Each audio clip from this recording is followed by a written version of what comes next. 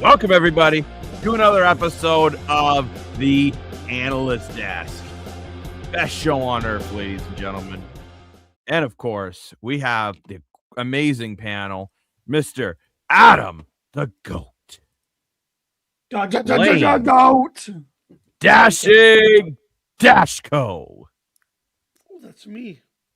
The man who will make sure that dollar feels like $1.50. It's Mr. More for your money. Woo! Hello, everybody.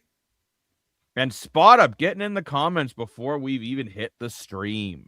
How's it going, Anthony? Always Hello, good to Anthony. see you back at the desk. He's back. Back again. Anthony's back. Back Hello, again. friend. Tell You know who isn't back? The Anaheim Ducks. They are done. Damn. They are done like dinner. And those fans were not having it tonight. The team was getting booed off from the periods. It It was so bad for them. I did Well, too, the because team I think wasn't all even things playing that considered, bad. this Like- season was a huge success. I get it's tough, 100%. but I don't even think it was like I think the team at least tried. The team was trying. Oh, But, yeah. like that Vegas team is very outside of the man earlier. between the posts. They're a very good team, and they're very. Rick wasn't I too think happy. I think all around, this is a very likable team outside of. I like most of this team outside of the guy between the posts, and Well, I wouldn't be blaming and all it's of them. a very it will be very fun to see how they do against that juggernaut Colorado Avalanche team, which is another very fun team to watch. Mhm. And yeah, we'll see what happens. I was really hoping one of the underdogs would get through from that side of the bracket so we can have another team take on Colorado.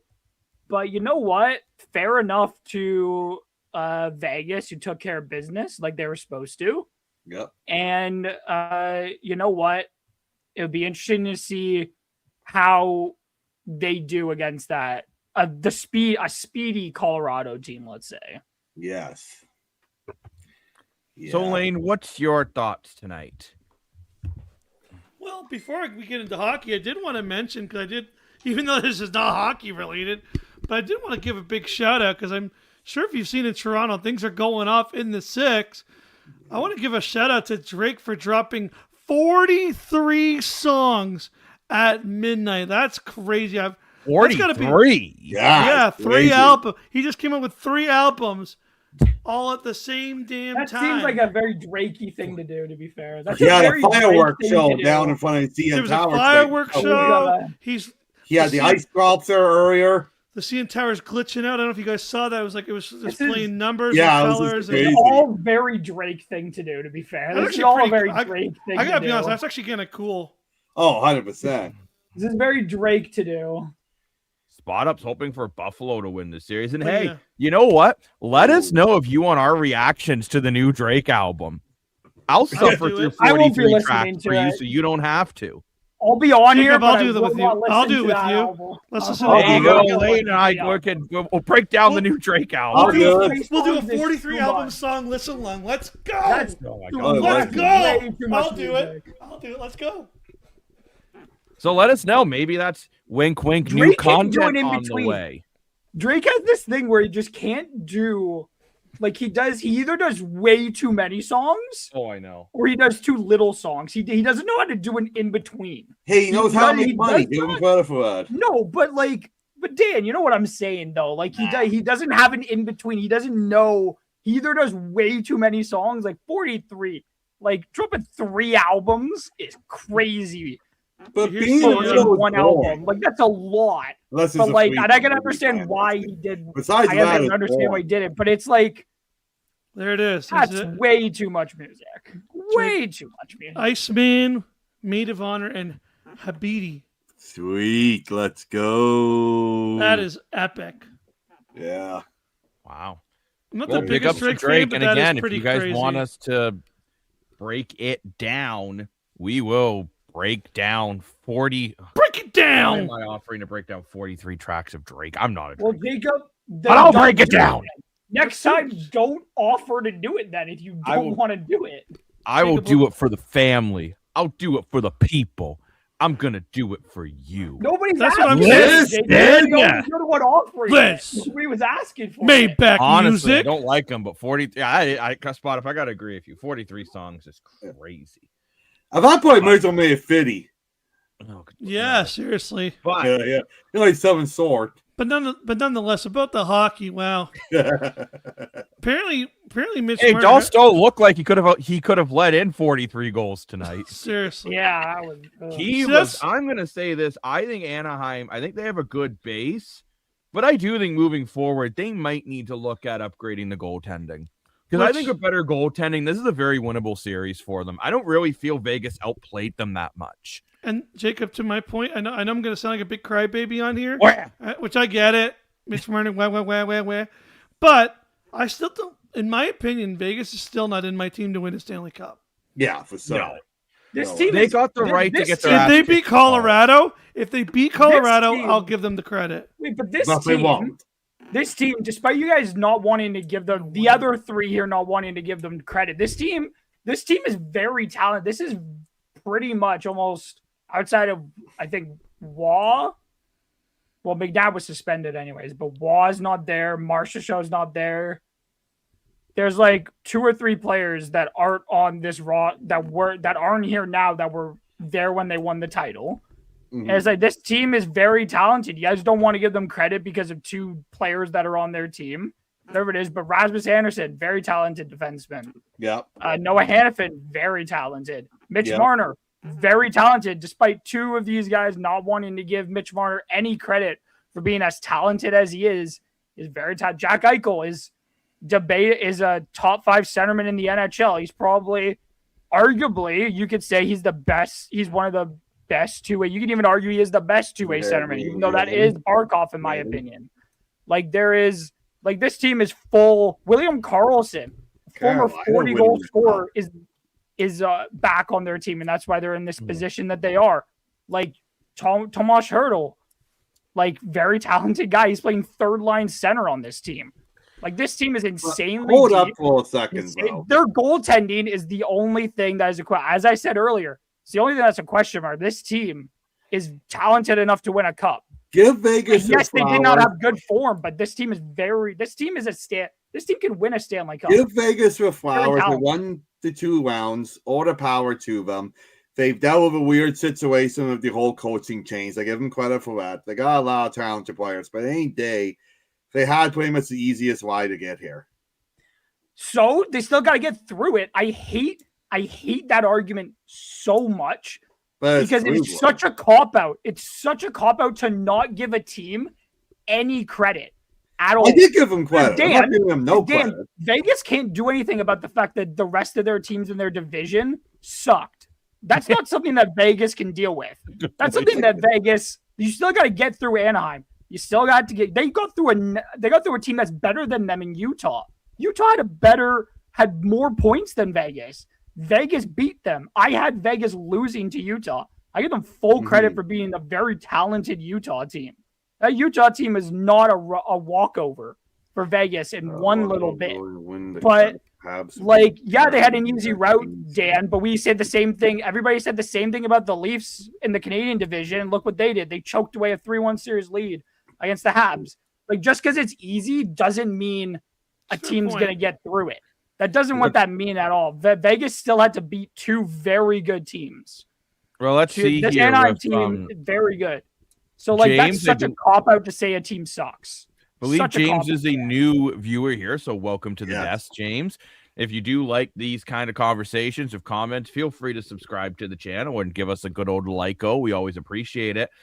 You have Carolina beating the Habs. The only thing I will say about the Montreal Canadiens, and I guess we can move on to that game a bit. No disrespect, I still think Buffalo could still beat Montreal, and I'm saying could. They could. I think Montreal will win the series, but I also wouldn't go ahead and just feel like automatically Montreal's winning the series either.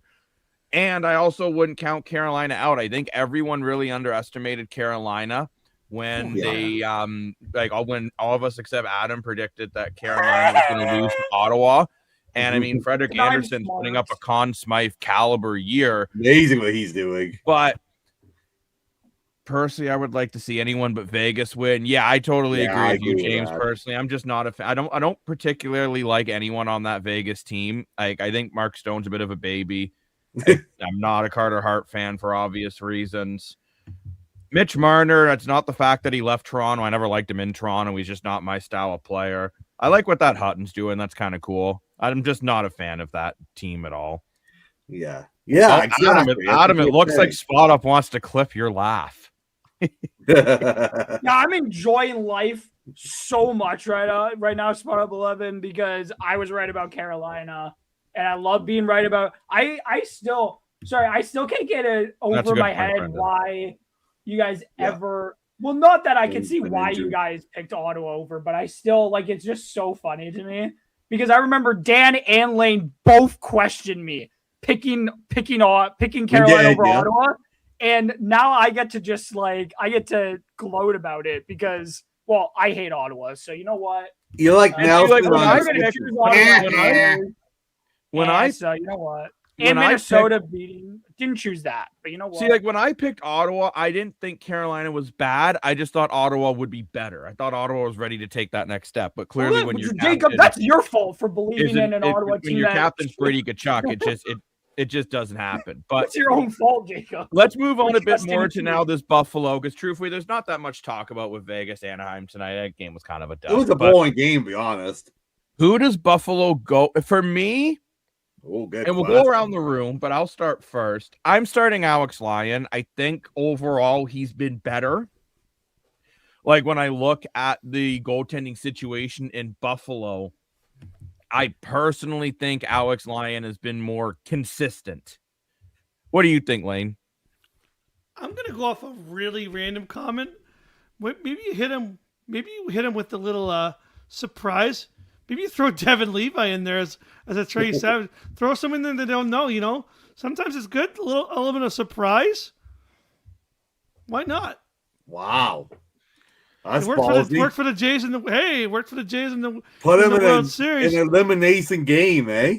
Well, it's one of those things. Wow. If you do and it works, you look like a genius. If you do and he's bad, I know it's not going to happen, but I'm here for the chaos. Interesting comment for sure.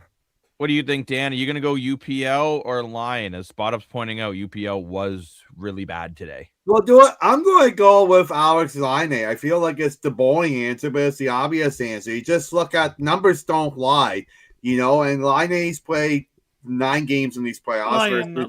UPL, whatever his name is, has played 4 of them.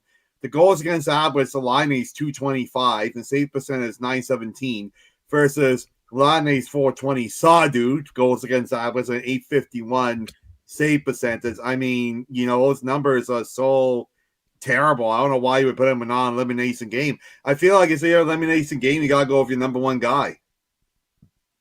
What do you think, Adam? Which goalie are they going to go with, UPL or the Lion King? Well, Lane ruined everything because my answer was Devin Levi. Let's go. Let's go, Adam. Come on. My answer Adam, for come Devin on. Levi, Lane, can I answer the damn question? Just give me a prop. Let's go. You ruined my answer, Lane. So you know what? I would rescind it, but I already gave you the fist bump. But so the reason I'm going with Devin Levi is because he has a track record of when the lights get biggest, he performs. Look at his World Juniors. Maybe it's not exactly what the NHL playoffs is going to bring, but Devin Levi, he was amazing at the World Juniors. When the moment got brightest, he stood up and he played his best hockey. He played amazing last year in a duel against what Voodoo Porkchop has called the next Patrick Waugh in Jacob Fowler. He went toe to toe with what a lot of Canadiens fans have said is the next great goalie in Jacob Fowler, and played very well against a very good Laval Rocket team last year in the AHL playoffs. Again, it's not the same thing as the NHL playoffs, but the lights got brightest and Devin Levi shined. So why not give the kid a chance? Lion hasn't been Lion has played well, but he hasn't been amazing. Neither has UPL, and it sucks because I think UPL is very talented. But Devin Levi has not been given the chance to shine at the NHL level. Yeah, and I'm very high on him.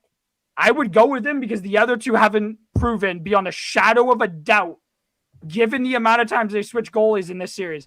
Not a shadow of a doubt have either shown that they can beat this Montreal Canadiens team. Go with the kid. At the end of the day, what do you have to lose? You're already down in this series. You lose this game anyways. What matters? Nothing. Like you gotta give it. You gotta do something. Neither has shined through yet. Go with the kid. At the end of the day, I say go with the kid. You know, go with the guy who has shined in the biggest moments. Yeah, Montreal would be crazy. It would be crazy if Montreal could find a way to get the cup, and I still think they could. I mean, time will tell, right? Too. But they still got to get past Buffalo and then Carolina and then either Carolina's Colorado or gonna get Vegas. tough You still have a lot along the road's almost halfway done, but Montreal definitely has a good shot of it for sure. And yeah, James, I do. Edmonton's a tough one. I don't think McDavid's retiring, and I've seen you guys talking about this in the comments. But I mean, I don't think McDavid. I don't know if McDavid can win a cup in Edmonton. They keep changing coaches the way the Leafs do.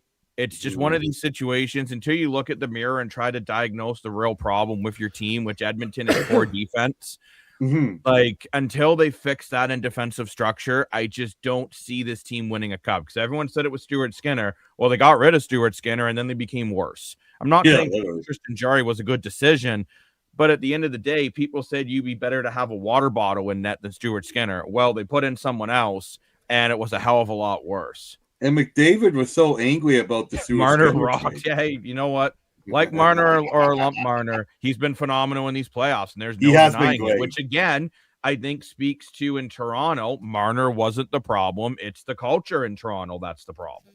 Say what you want, but Mitch Marner's dominant. I would say Mitch Marner's dominating these playoffs. I think he's a front runner for the Conn Smythe with Steady Freddy right now.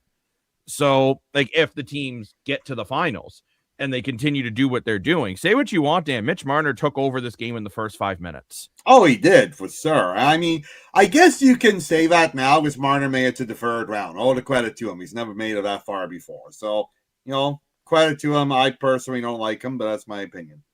Also, James is a Panthers fan. Oh, Anthony's a Panthers fan in here. Yeah, you and Anthony can become homies and go get lattes together. That's right. Brady and Kachuk, pretty much nobody. I love Sam Bennett since juniors, and I can't believe Calgary only played him on the fourth line. You put him somewhere else, boom, he's a Conn Smythe winner. No, but that's the system, Dan. You can't say that he would have been the same type of player in Calgary. It's the system. It's and true, nobody Dan. ever seems to think of that. It's always the system. This same system benefits Sam Bennett so much because of the style of play that he plays at this level. He wouldn't have worked out in Calgary the same way he's worked out in Florida. I can tell you that much. Bill UPL has that Freddie Anderson experience. From the regular season. Not quite sure what you mean by that, Spot Up. But struggling, like he was like Freddie Anderson struggled in the playoff, the regular season. Yeah, I don't know. I don't think UPL's a bad goalie. I just haven't seen enough from him for me to be comfortable. I would either go Lion or if you want to pull the wild card like Adam and Lane want, you go Devin Levi. It's just if it doesn't work. There's nothing to lose. You have nothing There's to lose. There's a lot. Well, I mean, you lose the series. No, but Jacob, like you're already down 3-2 at this point. Like if you lose with Lion in net, you look stupid anyways because you just lost the series. It's not like so Jacob, like it doesn't make if you're up 3-2 and start Devin Levi and like lose that Vegas game. Put in Robert Leonard instead of Marc-Andre Fleury, and then they looked completely idiotic because you had a multi-Stanley Cup winning goalie sitting on the bench. Yeah, Robin Leonard was phenomenal. Oh, I'm being called out yet again about Jacob Dobas. I've said it since the playoffs have started. Overall, Dobas has been good. Your I'll be opinion honest, has I still been think like the last two games, you're not going about to like my opinion. I think he's looked a little shaky the last two games. But the main thing is he recovered. Okay, Dan, calm down. Let me finish. But at the end of the day, he is getting wins, and he's playing very, very well. I still think people are getting ahead of themselves saying this guy's the next Carey Price or Ken Dryden because He is, bro. Dan. No, Who is okay, not Dan. Dan? Let me Oh my finish, God. Dan. Do you not remember when people said Andrew Raycroft was the next Curtis Joseph, or Yeah. Neil Yakupov was supposed to be the next Alexander Ovechkin, Yeah. or like the list can go on and on and on. So yes, Dobis is playing very well. I will give him his flowers. He deserves them. But let's be honest, the last 2 games he has been shaky and then recovered, which is good. It's good. Yeah. I think that's actually a real good thing to see that he has struggled and then find a way to recover. If you're telling me he hasn't struggled, well, out of the last 4 goals he's let in, 3 of them have been iffy. There's no end, considering especially one he let in from center ice. There's no end ifs or buts about it. But at the end of the day, he's letting in that wonky goal, but then he's finding a way to recover from it nicely. So that does take a certain level of whatever, and he's been able to do that so far. But again, I'm not gonna circle the same. Connor, you should be more saying that to Dan and Lane because I said he should have. I said that I thought that he should have left for the betterment of himself, Mitch Marner. I said it would be better if both parties just supported each other. I thought that was what's best for both parties. And I love that Mitch Marner's in the West. Good for him. I am glad he's finding success somewhere else. I am very happy because it drives the rest of Leafs Nation online absolutely crazy. And that brings me quite a lot of joy. So you know what? More comments here from Connor. Evening, chaps. Good to see you, Connor.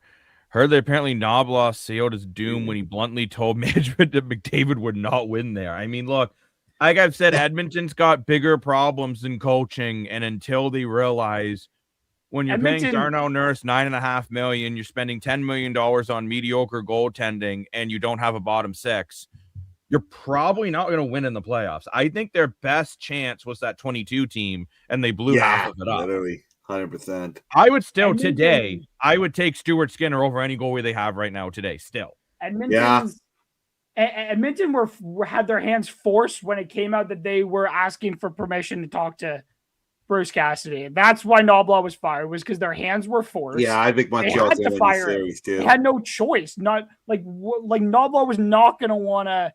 Knobloch was going to force their hands. Well, either you fire me now or you wait and you fire me. But either way, he knows he was getting fired. It really wouldn't have made much of a difference. Oh, very true, Connor. Trent Frederick. Yeah, it's another terrible. And it's a no move clause for 8 years. $4.5 million. And yet, James, you know what? I originally projected Montreal in 7, as much as people think I'm a Habs hater. So we will see. Yeah, I just wouldn't count out the Sabres yet. I thought the Sabres actually, and Lane, I don't know if you agree, but I thought the Sabres actually overall played a pretty good game today, even though they fell short. Like, I can't say they played bad. I'd say yes and no. I mean, you let in so many goals. I think they played a good first period, but then it kind of just fell off there. Because when you let in 6-7 goals, I don't know if you can say you played good. Yeah. You know what I mean, though, right? Like 6-7. Oh my gosh, it's Adam's long-lost secondary father, Mr. Goat, who's saying Appalachian 4. Actually, welcome to the Analyst Desk as your new viewer, here goes the plug. And if you like what we're doing and roundtable discussing here, please feel free to subscribe to the channel. We're trying to hit 200 subscribers to this build the algorithm. And thank you so much, all the loyal commenters here. We couldn't do it without you. And thank you so much, all the likes and shares of the video. More algorithm we build up, more we can do for you guys. So thank you so much, everybody. Also to Mr. Goat 1996. I agree with you 100%. I said it before, and I know you guys don't fully agree with me, and that's fine. The winner between the winner between Vegas and the Ducks just get the honor of getting their ass kicked by Colorado. This is going to be 5 or 6 games. I don't think it'll be a sweep because I think it will be. I don't see Carter Hart being able to shut the door. Say my opinion instead of you like putting down what I say because Adam, no. I kid. No, now I'm not gonna say it. Okay. That was so rude. Jacob's got the power. Yeah. Go ahead, Adam. I'm just bugging No, you. I'm not going to say it now. That was so rude. He's done it to all of us, bro. Not a big deal. Not to sideline Buffalo, but the Canes and Habs will probably go to 7 unless Carolina unleashes another sweep show. I don't think Carolina will sweep either Buffalo or Montreal. No, I don't think so. That's going to be the best team they play. It will. I think Yeah. Carolina will be the heavy favorite, though, between those two teams. I love the Habs. 100%. I love what they're doing. I think it's a very good chance the Habs to win it in 6 in Montreal in the Bell Center. I think it's going to be incredible. But it's going to be Carolina's going to be a very tough competition for them. I'll say if Mitch Marner's saying hi to us, I'm happy that Mitch Marner's heard of the Analyst Desk, and that just shows that everyone should listen and watch the Analyst Desk. Hi, Mitch. Hi, How's it Marner. going? How's your dog? Yeah, I hope he is walking a dog safely. Oh, I'm sure he is. Avs against Canes is a tough call. Could be a sweep or either team. That I think if that's the final we get, which if I was going to project right now, that's the final that I would predict. I think it would go at least 6, if not 7 games. I think There's no way either team's sweeping the finals. no. There's no way. No way. Either team is both teams are too good for it to be a sweep. But yeah, I mean, I don't see that being a sweep either way. I think the Avs versus Canes could at least have one game with a throwback jersey. That would be cool. That would be cool. Would never happen, but that would be really cool. Why not do it in the playoffs? James thinks the same thing. The players wouldn't want it either, Dan. They just want to rock with what they've been rocking with. Are you guys starting to believe in the 7W, 9W left Tampa Buffalo much tougher than the Canes opponent? Hoping the adversity of the Habs carry them past the Canes. You know, I'm going to kind of final. Honestly, I'm going to kind of use the same thing that Adam said earlier about Vegas. Carolina should have an easier role because they won their division. 100%. And look, no disrespect to Montreal. I think Montreal or Buffalo can push Carolina to 5 or 6 games. But I don't think either team is there to beat them yet. And that's not criticizing either team, right? You got to look at it. Carolina's been in a very different position than Montreal or Buffalo, right? Because Carolina, they've been making the conference finals a few years in a row now, right? I think they're in a position to take that next jump, where I would argue both Montreal and Buffalo, they've taken that next jump. I think that's a fair statement. Well, yeah, Jacob, and I think it keeps happening, and it's going to keep happening. I feel like, but everybody keeps underestimating Carolina. It's like I think everybody assumes, well, like, because I said, honestly, like, because I said it when I made my prediction, I thought whoever was going to win was coming out of Tampa Bay or Montreal. I had chosen Tampa Bay, and I didn't have Carolina getting out of the second round, and that was nothing against Carolina. I just thought the Penguins, the four vets in Pittsburgh were going to just dominate in the playoffs. Yeah. And I was wrong about that. And you know what? This Carolina team, it is an absolute wagon. That top line hasn't even taken off yet. And they are dominating everybody. This team, and nobody gives credit to how good that defense is. They don't have the names. They don't have the big names and the shiny lights, as I could tell by the fact that everybody was so surprised of how good Carolina was playing against Ottawa. And it's like, it was obvious. It's obvious if you've ever watched the playoffs before in a Carolina series that Carolina absolutely, I've been saying this. I've been saying it because nobody else wants to do it. So it's Carolina, like, absolutely chokes the life out of every other team. They are suffocating. They are a hard team to play against. Montreal has not faced a team that is defensively as good as this Carolina team. No, not at all. This Carolina team is hitting their stride at the right time.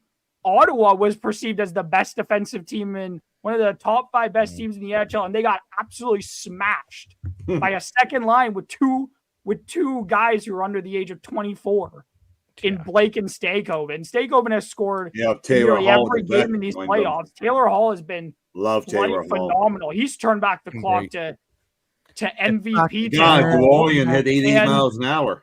Like, Jacob Slavin is proving exactly why he's the best defensive defenseman in hockey.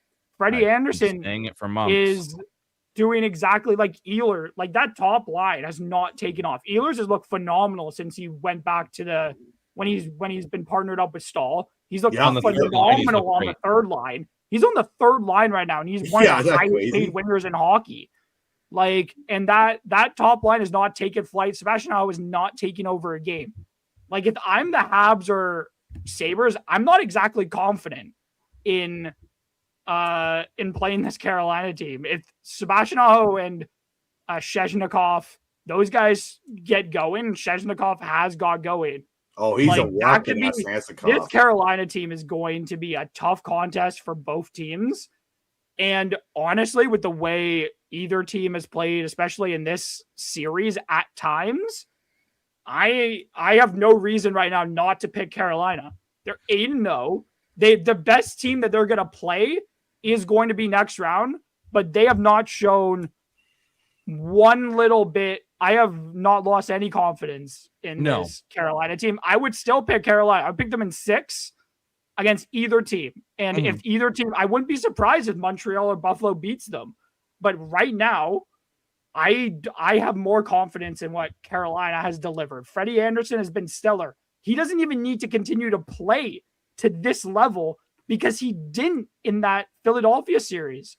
They were down 2-0 and still came back and won. And Freddie Anderson didn't play great. There was multiple games in the last round where Freddie wasn't the Freddie we saw against Ottawa. And Carolina still found a way to win. Like, they have sucked against the Panthers, but who didn't? Everybody else in hockey sucked against the Panthers the last 2 years. So it's really that surprising. They haven't lost in any of the last 2 years to anyone outside of Florida. They've been every other opponent in front of them in 2 of the last 3 playoffs outside of Florida. Florida's the only team that's been able to stop this Carolina team. But I'm going to pick Carolina. If Montreal or Buffalo beats them, I'm honestly not going to really be surprised. The only thing I will say for Montreal, which I think if you're a Montreal fan, you got to be excited. I felt this was the first game in these playoffs besides game 1 against Tampa where their stars actually kind of took over. Like, I called it in our pregame show. Yuki had a big game. Slavkovsky had a big game. Caulfield had a big game. Demidov getting his first career goal. Getting points from the veterans in Deneau and Anderson. Like, I really do think Montreal is now hitting their full stride. Like, I do think we're going to see Montreal, Carolina next round. And truthfully, I think for the first time in a long time, the Eastern Conference Finals will be a really good series. As Voodoo Porkchop's pointing out, Montreal did have the upper hand in the regular season. I'm going to be honest, to me, regular season series matchup to me means absolutely nothing. Anaheim had the upper hand over Vegas in the regular season. And look, I mean, Vegas ate their duck for breakfast, lunch, and dinner. So, I mean, and once it's playoffs, Freddie Anderson, the regular season, was the worst starting goalie statistically in the NHL. Now we're talking about he might win the Conn Smythe, right? So it's just one of those things. But yeah, I mean, if you do, stats don't lie, and statistically, Montreal has been able to handle Carolina. But Carolina's on a mission, as James said too. But so is Colorado and Montreal. And I just think, too, I would not count Buffalo out just yet. If Lyon or Levi or UPL or whoever they put in that, maybe Lane's going to start for them. Who knows? In that, they can put in the goalie. But at the end of the day, if when Buffalo's gotten good goaltending, they've been a very hard team to beat. So I'm not counting the Buffalo Sabres out of this series just yet. I did say that series would go 7. So I do actually think Buffalo will win in Game 6 in Montreal. I think Buffalo will find a way to bring this series to 7 games. And I think no matter what happens, Buffalo will be happy with their season. If they lose in 6, huge steps. If they push it to 7 and lose in 7, huge steps. Same for Montreal. If they end up losing the series in 7, still humongous steps. And they absolutely have to be happy. I think there'd still be some disappointment because you were up 3-2. You had a chance to kill them off and you didn't. Because I will say this because I think they would be on the road to getting Game 7. They've already proven they can go into another building and win. Yep. But if I'm a Habs fan, I would be very happy if they lose in 7. I think they had great steps towards continuing to build towards the next couple of years because I don't even think they need to win now. Like, it's not a win now situation for them. No. And Voodoo Pork Chop, congratulations. You looked at my bracket. Good for you. I didn't honestly, if you watch the video, I honestly really didn't take it very seriously, given the Western Conference I picked. So you know what? Congratulations. You can read a website and you could crap talk me, I guess, because I didn't pick your team. I feel like you're more upset about me not picking your team than anything. But if they somehow lose the Eastern Conference, they're 100% the San Jose Sharks of the 2020s. Connor, I actually agree with you on this. Yeah. If Carolina does lose in the Eastern Conference, because I will say that is one thing I think. This is one thing that might be a huge advantage for Montreal or Buffalo. There will be no pressure going into that conference final. Like Lane or Dan, if one of you guys want to jump in, would you agree for either Montreal or Buffalo, if they make it to the conference finals, there's no pressure? Well, 100%, because they just got there, right? Like, this is their first year, right? For Carolina, it's all the pressures on them. And the worst part is, Carolina's been so talented, but this waiting around's got to kill your momentum eventually, right? Like, you're just sitting there waiting. And, you can do, like, little practices, and I'm sure you could do little games in between, but you almost don't want to play games just in case. Like, I remember in the playoffs, I know the Blue Jays did a few exhibition games, but hockey's so physical. You don't even want to do an exhibition game just in case. What if someone breaks an ankle? What if a hit goes wrong? So it's so hard to do. And now Carolina's just been sitting there, waiting and waiting while teams are building momentum, building chemistry. It's so hard. So it's going to be hard for Carolina, I think, in my opinion, to get back into playoff mode after sitting around waiting for so long. I know they did in the first round, but this round's been going a little bit longer. And Dan, I'm curious, what do you think about Brandon's comment here about Tuck and Thompson? What about it? Buffalo needs more. About the comment saying that they both need to step it up. Oh, yeah, I totally agree with that. I'm really surprised how quiet Tuck has been in these playoffs. That was the one guy I expected Buffalo to really carry on. Because what I don't understand is they got guys with experience in a trade deadline in Tanner Person and Luke Sen. I get they're not franchise players. I'm not saying if they are, but they got Stanley Cup experience and they're not playing them, which I don't understand. So Alex Tuck is the other guy that's won the Stanley Cup and has all the playoff experience, and they're playing him, but they're not relying on him. And I think Chase Thompson has had his moments here and there, but he's the franchise guy at Buffalo, and he needs more than his moments, right? I still think, regardless who wins the series or who loses the series, it's been a phenomenal year for both franchises, and both franchises have a hold their head up very, very high. I think whoever wins is going to have a very hard time against Carolina. But, boy, even if they lose to Carolina, they've had a very successful year. Ole, ole, ole, ole, ole. I did kind of love, I don't know if you guys saw the videos of the Montreal fans taking over the arena in Buffalo, even in like the concession areas after the game. Yes, I did see that. It's absolutely embarrassing. Like, but Buffalo fans, I know, like to talk a big game after they made the playoffs and all this and that, but they still cannot stop other fans from selling tickets to rival fans. And it's like, how can that keep happening? And like, it can't keep happening because you can't have that many. The amount of Habs fans I saw at the end of the game was crazy to me. I'm like, there's too many Habs fans in the building for that to be a home Buffalo game. Like, it's crazy. Like, you never see that in Montreal. You never see that in any other playoff city. Very rarely you see it in the playoffs. Regular season, you see it. But in the playoffs, you cannot be having that in the playoffs. That goal was pure filth. That was like, I will say, Mitch, absolutely glorious goal. Beautiful. Mitch Marner not being the number one guy and just playing freely is really working out for him. And I'm not saying that in a criticism. Like, Lane, did you see that? Lane, did you see that Marner goal? It was disgusting. Oh, of course. Yeah, everyone sent it to me. Oh, Lane. Here you go. Connor Bedard! Oh, yeah, no. Yeah, my gasser ass. I came right for him with my gasser ass, and he wasn't here for it. Start him again. Well, yeah, I went at him for that one, to be fair. My gasser ass was directed right at Lane, and Lane wasn't here. It was quite disappointing for me. I really wanted him. I believe we may have a new viewer at the desk, so welcome to the desk, Manny. If you do enjoy these conversations, if you can, subscribe to the channel. We'd appreciate it, and give us a like. Helps with the algorithm and all that fun stuff.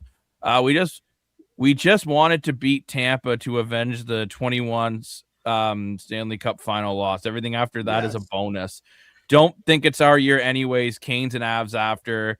I think that's, you know what? This is a very reasonable outlook from a Montreal fan, I think, right here. And I believe you're a Habs fan, especially by your cute doggo with the Habs hat. Oh, I don't think Montreal Bill was necessarily trying to win a Stanley Cup this year. What they're doing is great, and they still might be able to win the cup. But I mean, Carolina is, if you get to Carolina, is going to be a really tough task. But yeah, I'll be honest, I was very happy for Montreal that they got to take down Tampa after the way Tampa carried on in that fake Stanley Cup finals. But yes. Yeah, for sure. We have, Marner's pass was X-rated. It really was. I mean, look, like I said, like Marner or Lumpum, holy moly, he has been playing phenomenal in these playoffs. Like I said, he might win the Conn Smythe if Vegas can somehow. Wait a minute. I figured out how Vegas can beat Colorado. Pull the goalie whenever Nathan McKinnon has the puck, because he cannot shoot in an empty net. I like it. All Canadians and Americans know that's true. Did you see his disgusting goal? He because the goalie was after that time. I'm like, I saw. No, well, Jacob, I saw the goal and I saw a video earlier today. And I was like, Nathan McKinnon took all the jokes very, very personal when he ripped that goal from the same spot on the ice too. Same spot he missed. He ripped that one. Crazy impressive. I like this comment here because I totally agree. I think Rasmus Dahlin has been very quiet in this series, and I expected him he needs to be better. The next Victor Hedman. Dahlin's a very talented player. When you watch him in the regular season sample, he does look like the next Victor Hedman. He's the captain. He's Swedish. He's big. He's physical. I see him more whining this series, and Buffalo is more leaning on. Sorry, I butcher your names, buddy. Bowen Byron and Owen Power.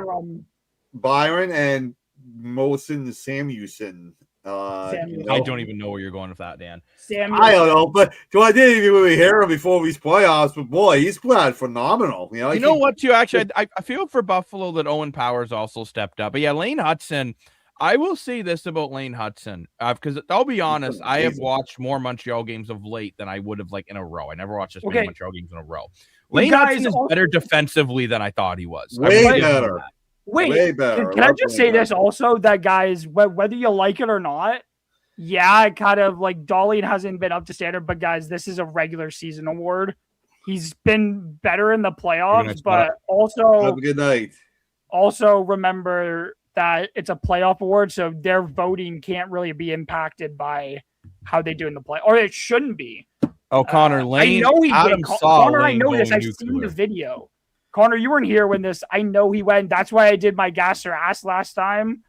I think it was last time we were on, or right after. It was the day after Lane's thing. I did a gas or ass about it, and I said that it was stupid. That there seems to be a notion among fans that players have to go to the Worlds if they're not in the playoffs or have been eliminated from the playoffs. I think it's stupid, and it kind of is stupid at the end of the day. But we all love Lane's passion. Not fully healthy at the end of the regular season. Anybody with eyes can see he wasn't fully healthy, so of course he didn't go. Yeah, but Lane's point was that he didn't have to go. His point was, I'm sorry, Lane, speaking for you here, but I'm trying to back you up, buddy. But his point was, is if you're going, why you didn't make the Olympic team, then you should go represent the country. He didn't whine, though. He never whined about it. And yeah, Lane Hudson, 17 points in 17 playoff games. So don't start with that. Okay, well, Lane, I have a question. Since you've calmed down now, you drink the cool water and listen to the ocean and have the sun set on your face, wherever your magical spot is, whatever. You have these 24 hours, 48 hours of calm down. Do you still believe in what you said? 100%. Yeah. That's fair. I don't care. You can not go. That's fine. You don't have to do anything you don't want. It's free life. Do whatever you want, bro. But then don't be like, well, why didn't I go? Why don't they ask me to go? Yeah, no, if next time he doesn't get invited and he's wondering why he didn't get invited, then I'm gonna say the same thing. The post that you told me what he had posted, what Bedard had posted as a comment, and he said he thought he should have gone.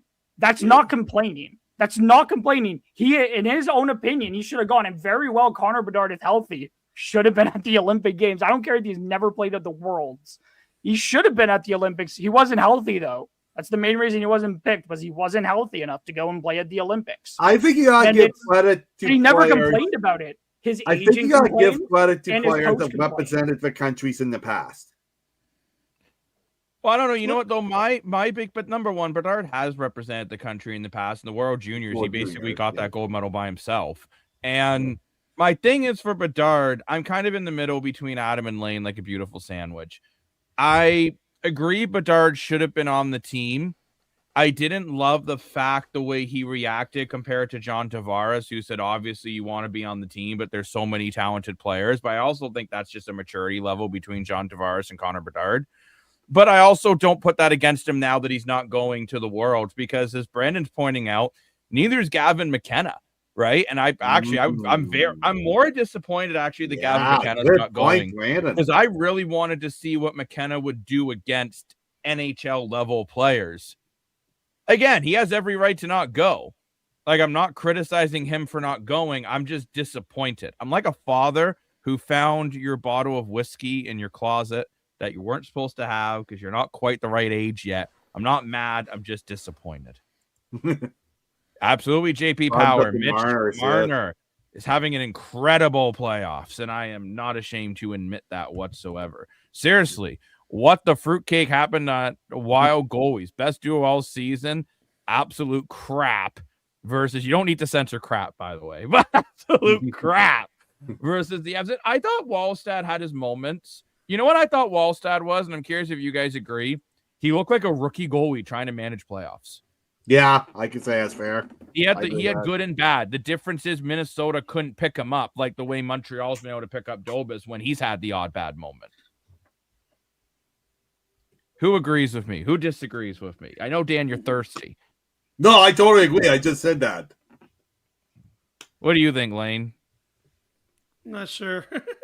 You're not sure. I'm in the well, middle. I will be sure for you. What do you think, Adam? Like, do you kind of get what I'm saying? You think it was more Gustafson I was surprised about in Minnesota, but you think Wallstead kind of, for a rookie goalie, was kind of to be expected, hot and cold? I don't know. I guess. I don't know. It's an old rookie, but I don't know. Well, he didn't play. He didn't actually ever really even play that badly. I also don't agree with the fact that they were the best duo in the league, to be fair, but well, statistically, I think Colorado Colorado had to do with the comment, Jacob. Nothing with what you said. There was a comment that said they were the best duo.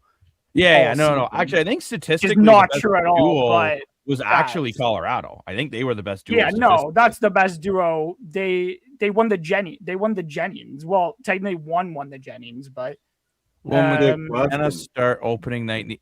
For me, no. I don't think he's ready.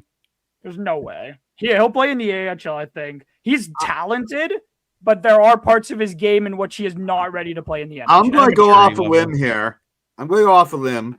I think McKenna will start opening day of the NHL this season. And the reason why I say that is because you have 9 games before it qualifies as your opening.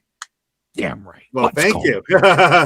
You got 9 games before it's the 10. Opening, before it becomes your rookie season, right?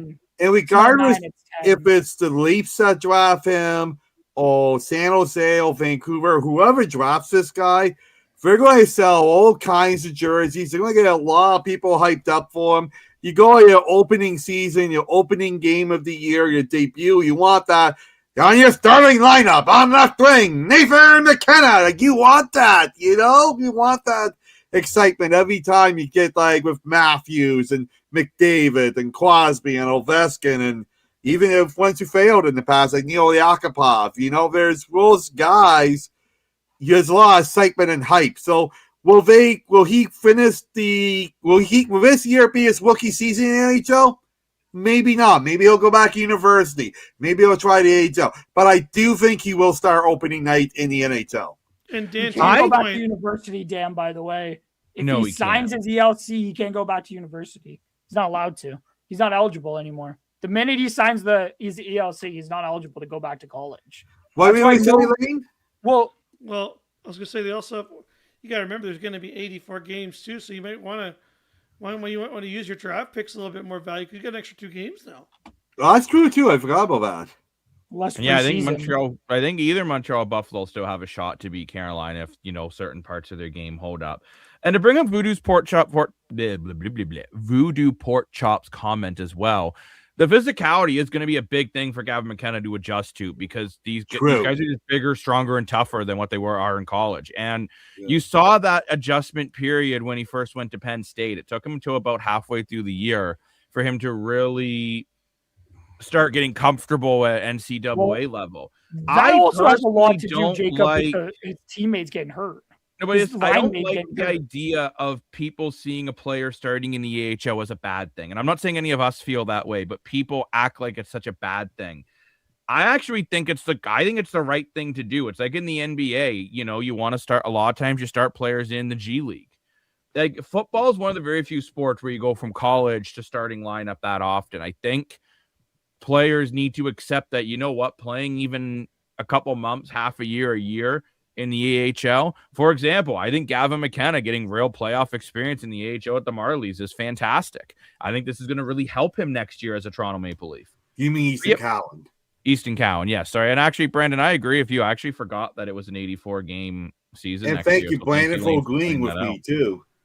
Oh, and also agrees with you. After 9 games, send him to the AHL. Maybe that is the case. It really depends on where he's going to be drafted. All I know is I'm going to find it so funny with all the Leaf fans buying McKenna jerseys and then they go draft like Stenberg. I still think the Leafs. Montreal fans have Shane Wright. I still think the Leafs shouldn't select. I like Gavin McKenna, but if the Leafs take him, I won't be mad if they take him. Do I think he is? I think he'll pan out in some sort of way. I don't think he's the savior that some Leaf fans seem to think the guy's gonna be. The guy's going to struggle if he starts in the NHL, there's no way you could start him for 9 games in the NHL and then send him to the AHL and not have a riot on it. I think if Gavin McKenna is there on opening night, he's there the whole season. You can't go a number 1 overall pick. Sorry, but if you're going to have the number overall pick on opening night, you can't drop him. He's not like a number 1 overall pick is not like anybody else. I don't think with the hype Gavin McKenna has, you can send him to the AHL after he's already been in the NHL. I don't think that's a thing like the NHL can do at that point. Like if you either start him in the AHL right away or he goes back to college hockey next year or he's in the NHL the whole year. You can't drop him down to the AHL. I don't think that's a thing that you can do at that point. It's not something that I would assume an NHL team, whoever drafts him, whether it's going to be Vancouver, San Jose, or Toronto, I don't think any of those teams with the hype Gavin McKenna has can do that. I think the Leafs should either trade the pick or pick Stenberg. I don't think they should take McKenna because I don't think McKenna is the right kind of player for the Leafs. Crazy about this comment here, too, by the way. If Montreal goes all the way to finals versus Colorado, I'll have to play the 5th, 4th, 2nd, and 1st best team.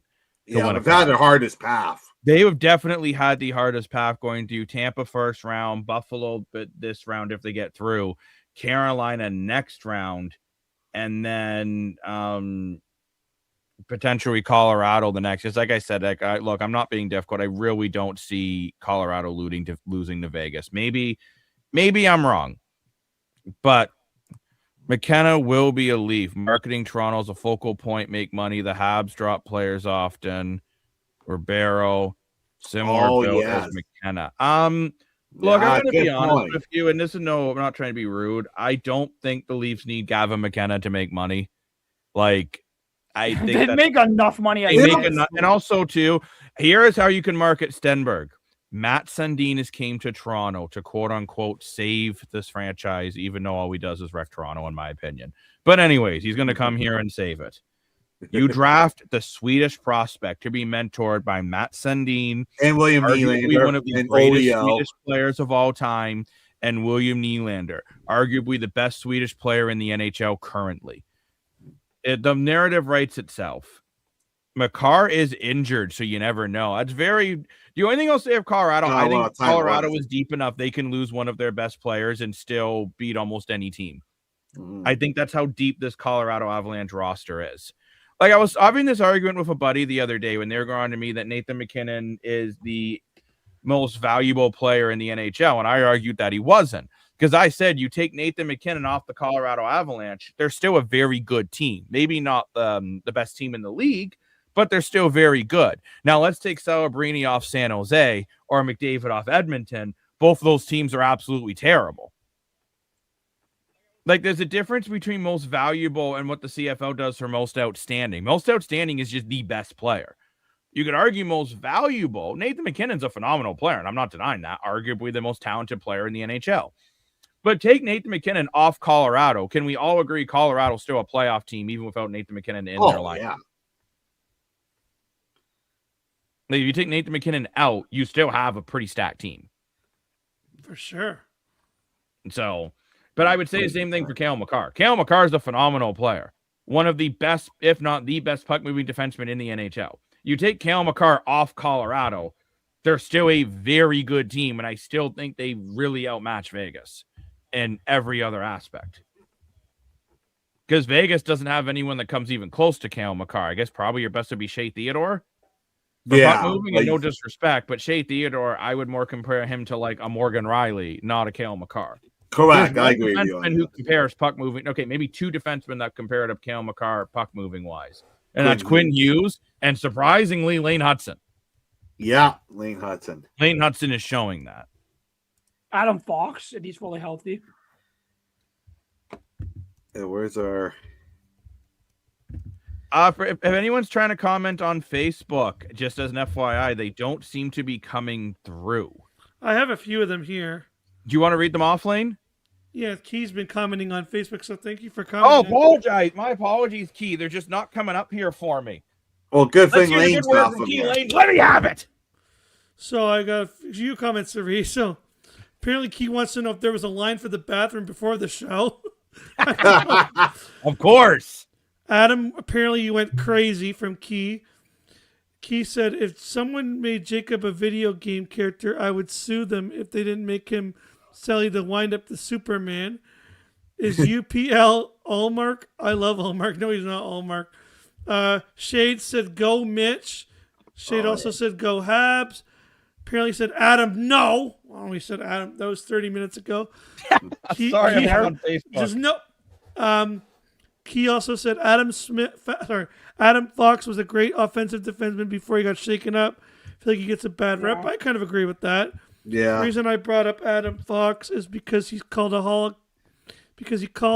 Hall the best offensive defenseman in the game right now. Fox didn't make the playoffs with the Rangers, but he can play offense, controversial as it is. And it took me a bit to realize how off topic my comments. Can I make it a gas or ass? Adam Fox is a goal-scoring defenseman. I'd say in the middle. Yeah, Adam Fox is a goal-scoring defenseman. I apologize, everyone. Those comments were just not coming through. I'll keep an eye on them. I would say gas to that comment. I think Adam Fox is a very good offensive defenseman. He had an off year this year. That's why we're not thinking him like now. And this year, I've been saying it. This year is a year of the defenseman. You look at Quinn Hughes. You look at Cale Makar. You look at Brock Faber. This is the year of the defenseman. Adam Fox is not performing in the year of the defenseman. However, this was a bad year for the whole New York Rangers team. I want to remind everyone, the reason why a lot of people don't like Adam Fox is because Adam Fox was drafted by our Calgary Flames, and he refused to play for Calgary, and we traded him to the Rangers. Now, at least they got something for him. But despite all the controversy around him, you can't, in my opinion, you can't take away the fact of how good an offensive defenseman Adam Fox is. So thank you for Shades and Key commenting on Facebook, and so we can get your comments up here for technical difficulties. Yeah, sorry guys, I'm trying to figure it out here. I think there's just a connection issue with Facebook. You get this sometimes because everything's connected to the internet. But Voodoo Pork Chop, good energy, guys. To be fair, I brought up Nice Adam Fox. These guys forgot about Adam Fox. That's not. Hey, that's very true. You don't need to be logical when you're a sports fan. And thanks very much, Voodoo. We appreciate the support as always. He is. Have a good night, phenomenal, Voodoo though. He's so Pulsar. good. No, Yeah, he I'm refused to not play sure if he for refused to play in Calgary. Carolina or It not. was Calgary. He It was was drafted by Calgary. Calgary. It was not Carolina. It was Calgary. Yeah, Calgary dealt him to New York. I Oh, don't it's remember Miko what they Anthony thought. didn't put him on play at But Carolina. Yeah, Miko Rantanen. Adam Fox. Adam Fox gets a bad rep. I don't know. I think it's because of whatever the Oh, we got hell another happened at Keeman for Yeah, Shades Shades is saying Adam Fox is a stud. Adam Fox is phenomenal. He won the Norris 5 years ago. Like Adam Fox, and I think a lot of people like when I think top end guys, like top end offensive defensemen, I think Cale Makar, Quinn Hughes, Adam Fox. Those are the first three that come to mind. That's nothing against anybody else. But when I think of offensive defensemen in hockey, that's usually the first three. Bouchard, Hudson, all come up. But Adam Fox doesn't get talked about enough for whatever reason it is, because he got left behind a little bit by Cale and Quinn. After Fox won the Norris, those two kind of just took over. And That's those guys got left That's because behind. that was me, but they're Dan. both absolutely phenomenal defensemen, and I really hope that if New York start playing better, or Adam Fox gets traded and he starts getting the recognition he deserves, because he is absolutely phenomenal at what he does when he's healthy and his team is playing good in front of him. And then I believe Lane, you have another comment from Key over from Facebook land. Yeah, I'm just keeping an eye on them. This is kind of a gas rasp, but I want to know what you guys think. This is actually interesting.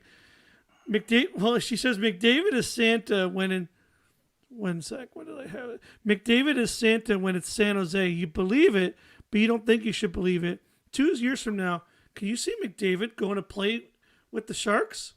Whoa. I can see that. Yeah, I could see that 100%. Him and Celebrini seem to really like each other in the Olympics. I could totally see him. Imagine that chemistry. No idea. Wait, Lane, say it again, because I did not hear. And yes, they did. I completely blanked out for what you said. Basically, if things don't work out in Edmonton, do you think McDavid could go play with San Jose? No. Oh, interesting.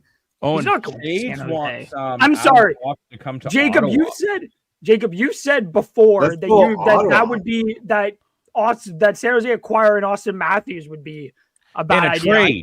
Trading young depth, signing McDavid as a free agent in 2 years. You just interrupted me and not let me finish my point again, because you're cutting me off to try and prove that you're right and I'm wrong. Again, that's what you do every time. But I don't think it's not a bad idea, because it's not that they're signing him. It's more like it just doesn't work with what their timeline is. The team's good enough. They don't need a Connor McDavid. That's nothing. That's not to say that they have more talented players, but they don't need Connor McDavid at this point. They already have Macklin Celebrity. They already have Will Smith. They already have Michael Misa. It's that they doesn't necessarily something that they need at this point. And it doesn't work with their timeline. McDavid's almost 30. He's gonna be 31, I think, when his contract's done. You're going to have an old player that's automatically, you have the pressure of already contending. You haven't made the playoffs yet. In 2 years, who's to say that they're going to be ready to be contenders? It just doesn't work with their timeline. And I think that's simple enough as it is. It's simple enough as it is. I would say to piggyback on Adam's comment too, I think you could say that Celebrini and McDavid are almost at the same level. So do you need both of them? Where you could, as I said before with the Matthews situation, you could use that money to instead build out your defense and bottom six to round out your roster. Shades, is McDavid going to Toronto only if he wants to go to the Eaton Center? Oh my gosh. He's not coming here to play hockey unless it's a road trip. Those are the most tiring comments. You can think all you want about that, but I wish McDavid's not coming to Toronto. Why would he come to Toronto? Oh, wait, I'm going to say that, and then we're going to get comments that say, oh, he's from Toronto. But honestly, who would want to come play here? Well, honestly, why would anybody want to come here at this I point? would. No, Dan, you'd just be happy to play in the NHL. Dan, you would be miserable playing in Toronto. I want to play on the biggest stage. It's like what Gary Roberts said, the presser is an honor, right? And I would want for White and the honor to have that presser to play for Toronto Maple Leafs. But I think the pressure is different when you're from Toronto. When you're from the area, you're also the best player in the world. Like, if you're Connor McDavid, sorry, but Gary Roberts wouldn't face the same pressure Connor McDavid does in this market. Because Roberts wasn't the guy. Whether you like it or not, Gary Roberts wasn't Connor McDavid. And Gary Roberts, the pressure Gary Roberts face is not the same pressure that Austin Matthews faces. Austin Matthews is the guy in Toronto. The pressure is different when you're the guy. And when you're the best player already in the world, the pressure, and from Toronto, from this area, the pressure is even higher. Yes, I think the Sharks will take a defenseman. They need a right-handed guy to play along with Sam Dickinson. I'm going to say I can see them taking Chase Reed. I'm going to say no, because I think in the draft you take the best player, not what the team needs. Dan? Cool. What do you think? I think they will get a defenseman because, like, they have Sam Dickinson, and he's a phenomenal player. I liked him more as he matured in the NHL as the year went on. I thought he was a lot better at the end of the NHL season versus what he was at the beginning. But I look at defense, and you need two top defensemen, right? So I think, they're going to pick another top defenseman and play with Sam Dickinson. Do they have more than one first? Well, I guess the drop-off of defenseman leaves after you kick Carson, Karls, and Schmitz from Latvia.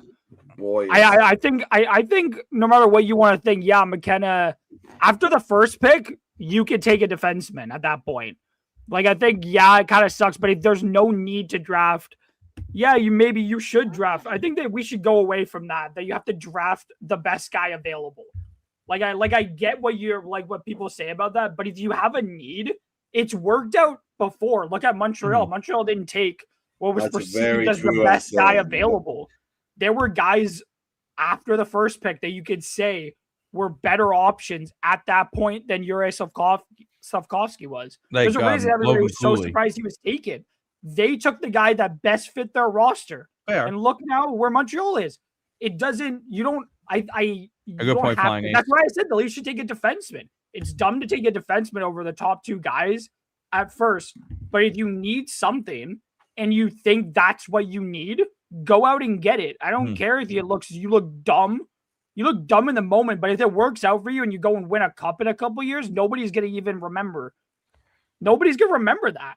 Everybody's going to remember that you're hoisting the cup. For Montreal especially, I think Slafkovsky's turned out to be the best player out of. Logan Cooley's a hell of a player too. I absolutely love Logan. Leafs need help defensively. So if I'm the Leafs, I either trade back or I would even take a defenseman up there.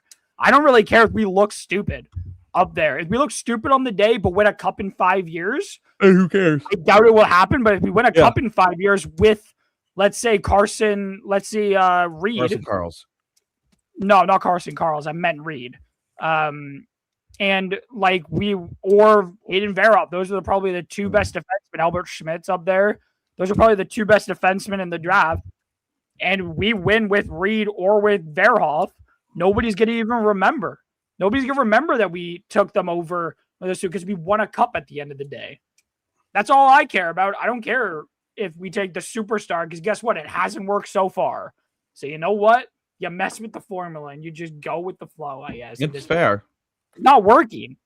Obviously, the formula wasn't working, and it's worked with Montreal not taking the best guy available. They took the best fit. Yeah. Slafkovsky's made everybody look stupid. Montreal's made everybody in that draft look stupid at this point for not having them higher. Not really, though. The Eagles have either stupidly or dumb, stupidly effective offensive, good defense, and the Bucks have two crazy offenses with terrible defenses. That was. I think this is the Flying Ace's comment where Flying Ace said, "There's a saying in sports: a good defense generates a good offense." And Key's saying, obviously not always, because the Eagles have either stupidly dumb or stupidly effective offense with a good defense.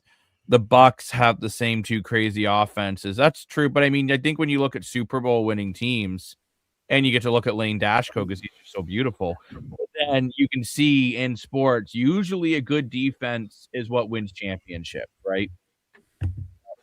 Toronto and Montreal in the late 70s saw the best defense. Yeah, I mean, I wasn't alive yet, but I will believe you as a door. Well, look at Boya Salmon back in the day, right? One of the best defensemen of all time. You know, it was so sad when he passed. Rest in peace. Absolutely. But, you know, you look at Tim Horton, right? This is again another tragedy. He passed. So he was such a good defenseman too. But we have another comment here, right? But notice how you said a good defense of a stupid offense. You will never see a championship team with a good offense but a terrible defense. That's a good point. That's fair. Look at Florida versus Edmonton in the Cup Finals. Yeah, prime example. That defense, which has got to be. I wonder how Edmonton fans are feeling watching Brett Kulak score that series winner. I know. That's the first thing Leaf fans are feeling, I bet. Yeah.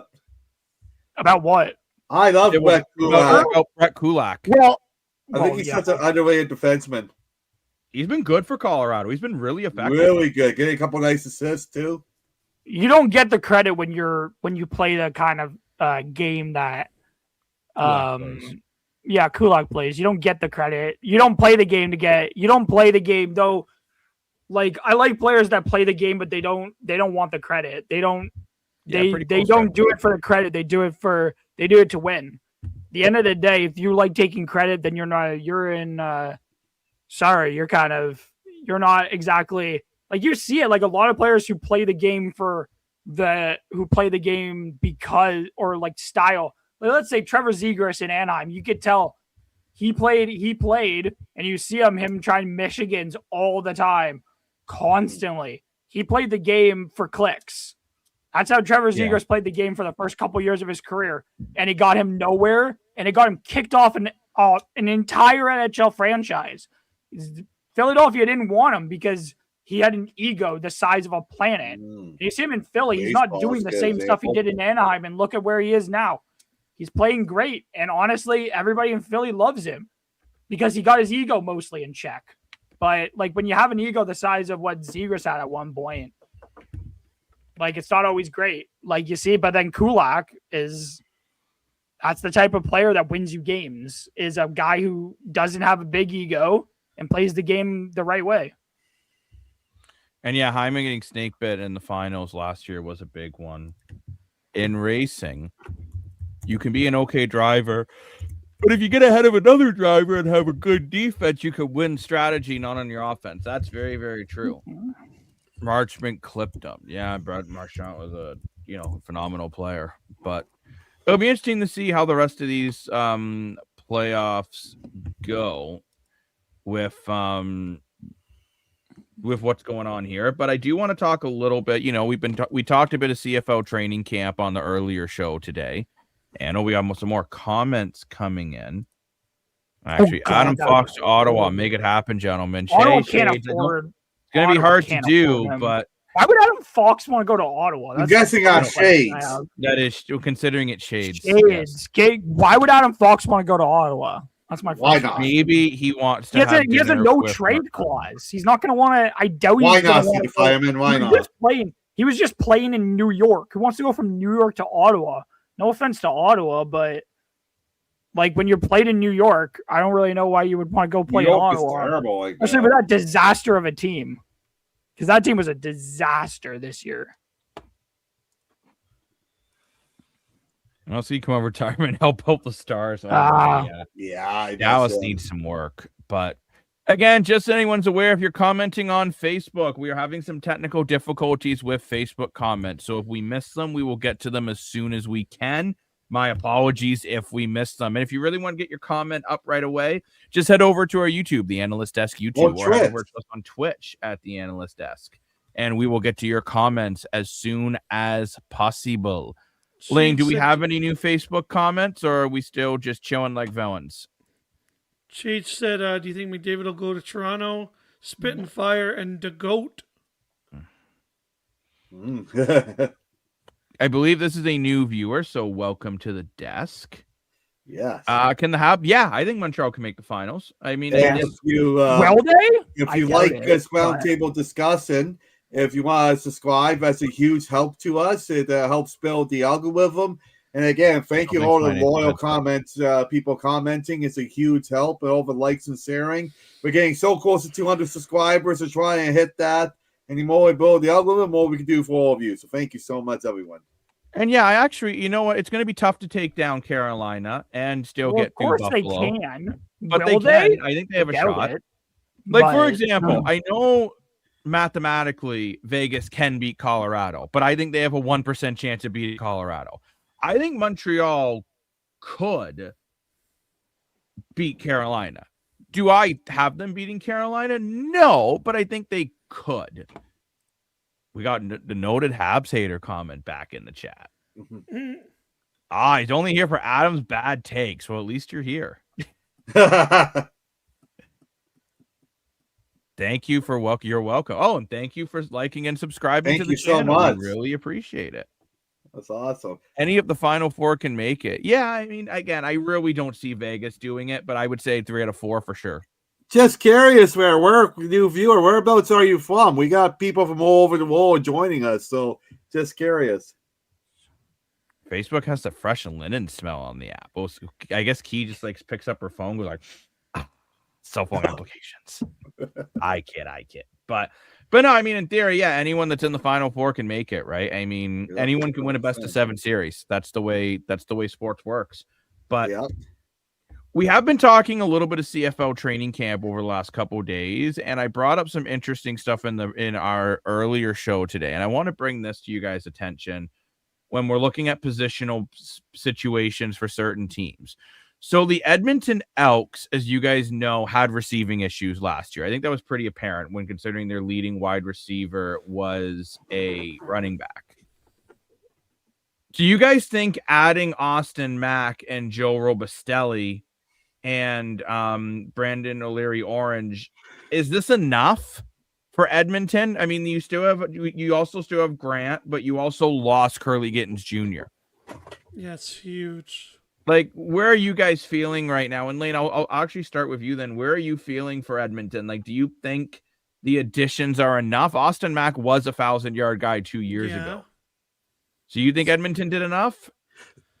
I think he'll be fine because Cody Fajardo's a game player, right? Like, we've seen that guy. He can work with anything, right? Like, fortunately, it didn't work for Trey Ford, but I think Cody Fajardo with his game management, and I forgot they got Justin Rankin, so, they're more of a running team.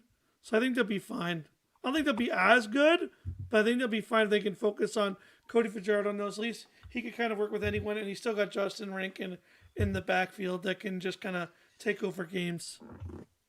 And I am curious, and I see we have you're from Quebec City. Oh, cool. So you guys know about Puck Habs versus I mean, oh my gosh, for you that'd be incredible if you would, because you basically have the Quebec Nordiques versus the Montreal Canadiens, so that'd be great. I look at it with Edmonton. Adding Austin Mack is great, but losing Curly Gittens Jr. is tough. And I do think the receiving core got better because I think Robustelli can have a breakout year. But time will tell. And we talk a whole bunch of different sports here. Just so you know, we talk NHL, NFL, CFL, MLB. We kind of go over the place. So we kind of just jump back and forth from different, but CFL training camp is a pretty big deal.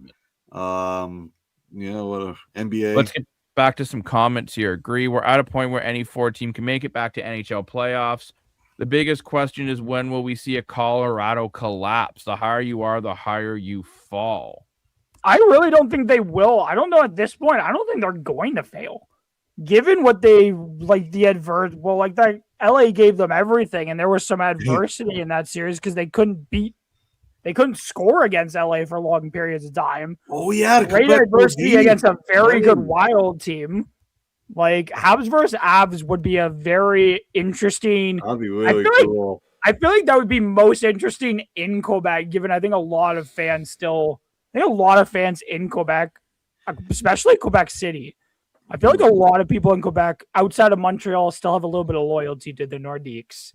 I would be interested to see what that would be like more specifically in Quebec, because I feel like if you weren't at some point a fan of either of the Nordiques or the Habs, like especially the history wise, it's not even as crazy as or as big of a deal as it is to them than it is like for anybody else. Really, it'd be cool to see, but I wouldn't really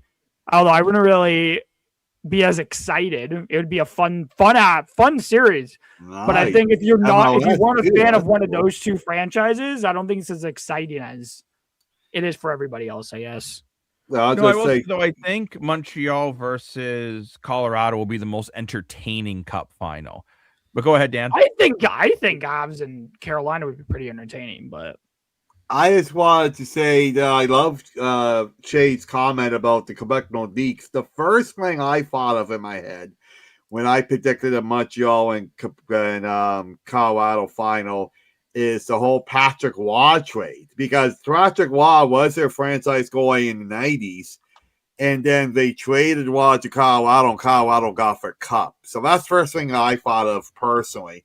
And just to answer Jacob's question about Edmonton there quickly, I get what Lane is saying. I think the fact that they know that Cody Fajardo is the starting guy is a big difference at the beginning of the 100%. year versus last year. They kept flopping. But at the same time, I think Kerry Gittens Jr. is a huge piece that they lost. And I also think they could use some depth at running back, as Lincoln is an amazing running back, and you got Leak as an amazing kick returner. But what if one of them gets injured, right? So I don't think for done yet. Maybe they love getting former Argos. Maybe they'll get Brown that just got cut from the Argos. And we got Olay. And I think you're a new viewer as well. So welcome to the Decks. And if you love this roundtable discussion that we have, please subscribe to the channel. We're trying to hit 200 subscribers, and it's a huge help to our algorithm. And thank you so much, all the loyal viewers. Comment, couldn't do without you guys. And all the likes and shares, and more build the algorithm, more we can do for all of you. So thank you. Interesting comment here. Saying from Quebec City, and most people from Quebec are Habs fans, but they're still old heads who cheer for Colorado because the Nordiques would be a huge rivalry. I think it's definitely a more like the rivalry. I think, and I'll say, because I feel like if you weren't there during like the 80s, especially when the Habs and Nordiques played each other, like if you weren't alive during that period, and it might be a little bit unfair, but I feel like the hatred those two teams have is probably the deepest and probably most hated rivalry. If you look at footage from those old series, like it was brutal. Like those two teams like hated each other, which is obvious like from the fans. But I feel like it might be unfair to some younger fans, but I feel like if you weren't alive when those two franchises were both in the same city, I feel like you don't get it at like a little bit, if you know what I mean. Because you can see there's still older people who will refuse to cheer for the Habs. Yeah, because 100%. they do not like the Habs. It's a deep-seated thing. Same thing. I will never cheer for the Habs. I don't care if the Habs win the cup, I'll say congratulations to Habs fans, but I will never come on here and say go Habs. Go. Like I would never cheer outwardly for the Habs, because why would I? I don't like them. I'm cheering for the I don't care Habs. if they win the cup. I know Dan, and I have my own opinion about people who do that. And I think I think you're a fake fan. I don't like Ottawa here. personally. Well, like I'm gonna come out and say it, Dan. People who do that, in my opinion, are fake fans. They're fake fans of what they consider their team. That's just my personal opinion on it. But like, I don't think a lot of people, like, you can study it. I agree. You can study it and you can watch the rivalry. You can go back and watch the rivalry and see it happen. But unless you were there, I feel like, and at some point as younger fans, we can appreciate the rivalry and stuff, but you never really get it. I don't think you could ever really fully understand it if you've never seen it live. Like, and people could say, oh yeah, we told like those two teams, but I don't know. I just feel like if you weren't really there, you don't. It's the same thing when we talk about like when people say, oh yeah, young people like my age say, yeah, Wayne Gretzky, greatest player ever. I'm like, but you can watch footage and say, yeah, you see his greatness and you can appreciate it. But if you've never actually seen him play in real time, I don't think you can ever really get how good he was. Same thing with Mario Lemieux. never seen Mario Lemieux ever play. I can watch footage of him, watch highlights of him, but I'll never really get it as much as other people do, like older fans do. Like, I don't think you can appreciate it, but I don't think you can ever really get it, if you know what I'm saying. Sorry, Lane, I didn't mean to cut you off. You're about to say something? Well, I kind of get what Adam's saying, but I also kind of disagree, right? Because now, again, it's different vibe, right? But look at the Raptors and baseball. How come it's okay for Montreal fans, BC fans, people from Yukon, people from Whitehorse to cheer for the Toronto teams, but we have to make a big stink out of it when Montreal makes this thing? Oh, we won't have watch party. Like, damn, I'd like to have a watch party if a movie theater was like, hey, we're going to show the Stanley Cup Finals, come out. Or if a bar was like, hey, we're going to have $2 shots every time Montreal scores a goal. Like, why do we have to, like, I get there's like an original six franchise because it's hockey and they've actually played together, but we also saw the support in baseball when the Montreal Expos were rumored to get a team that people were buying. I just don't get it. Like, why can't we, like, as a country, like, just band together? Like, yeah, we hate them 90% of the time. Throughout the season, we don't want them to win. But why can't we just, when they're in the finals, why can't we just support them? Like, is it a big deal? Do I still hate Montreal? Of course I do. But it'd be cool to see a Canadian team where we say, hey, our country won a Stanley Cup. I don't get the hatred. No, Lane. See, that's where I disagree with you. That's where it gets you. The country never won a Stanley Cup. If Montreal wins the cup, who raises it? Montreal does. Where does the parade go? Montreal. Who gets bragging rights? Canadiens fans. Why would I hated when I saw it when Edmonton made the finals. People were like, oh yeah, Canada, every Canadian should be cheering for Edmonton. I'm like, why would I? I don't like them. Never have, never will. I cheer for two players on that team, Connor McDavid and Zach Hyman. Those are the only two I like on that team. Why would I like them? Because, like, cool, the Habs won the cup, but I do not get it because people say, oh yeah, it's like it's a country mentality. We've got to want the cup to come back. Yeah, I want the cup to come back. Who do I want bringing it back to Canada? Who do I want to see raise the cup? I want to see Austin Matthews, two hands on Lord Stanley himself. I want to see Nick Suzuki lift the cup. Personally, for him, sure, I love Nick Suzuki. I think he's a phenomenal player. I like a lot of Montreal's players, but no, I'll boo when they win the cup. Cool, and stuff. I like certain players on that team. I don't get the mentality. I think it's a dumb mentality at the end of the day. I don't care. If I want a Canadian team winning it, I wanted my team. I don't care if Montreal wins the cup at the end of the day. Cool, congratulations for them, but I won't have any real feelings towards it. I guess I'll be happy for certain players because I like a lot of their players. One of my best friends is two of my best friends are Habs fans. But I don't know. None of us are Adam's best friends, clearly. So that's okay. Well, oh my God. Two of my childhood best friends. Is that better for you, Jacob? Does that make you feel better? No, I'm still sad. I don't know. I never got the mentality. Not even Dan's favorite Tie Cat fan. I'm not. And you know what, though? I think this is one of these things. And by the way, I love seeing all the comments going back and forth on it. But I think this is one of those things. It's more than fine to have different opinions on it. If you are happy a Canadian team wins, that's great. If you don't care, that's great. We're in a world where we can have different opinions. I guess. I don't know. Go ahead, Lane. Well, the thing that I think that would really help, and maybe people disagree with me, is that, right now, and apparently this, I don't know if this is true, but I've heard that, getting kids inspired in hockey in Canada is very low right now because it feels like this country never has a team to cheer for because it's always an American team winning a Stanley Cup because there's no parades going on in Montreal, Toronto. It just would be nice for a Canadian team, for a Canadian city. It doesn't represent Canada, but in a way it does because it might get some kids in Montreal to want to go play some more pickup hockey. Maybe it'll get those kids that are 6 or 7 years old into it. They can do more great fundraising. And You got guys like Josh Anderson, who's a Burlington native, who might bring the cup around to the Burlington, Ontario, where the Cougars play.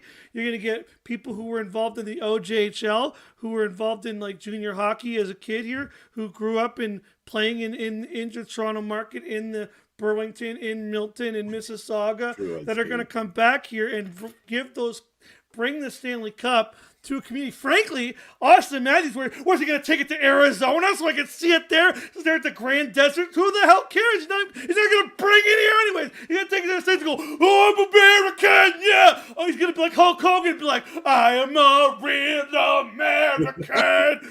Fight for those rights. Like, oh, come on. We don't even have a Canadian guy to show it here anyway. They're all going to go take it over there. John Tavares, Morgan Riley. They're all going to go drink with underage kids like Gavin McKenna did. So Win Lane, something you not here. Win something here. So wait, Lane. So wait, I'm gonna ask you a question. So based on what you just said, you're not allowed to yes or no. The cup. So you're saying if Toronto wins the cup, let's say Toronto wins, the cup will not touch. Yes or no? Toronto will not see the cup. The cup will not enter the city of Toronto. Well, of course it will, but you said Austin Matthews. I say he's going to take it to Arizona. I said, oh my God, I'm done, Lane. You don't listen properly. You said, clearly, you did not hear what I said at all. You didn't listen at all. When they do the parades, they take it to their home, right? Yeah, after the parade. Yeah. Right, exactly. I get what you're saying, Lane. I said, when I said Austin, I said I would love to see Austin Matthews raise the cup.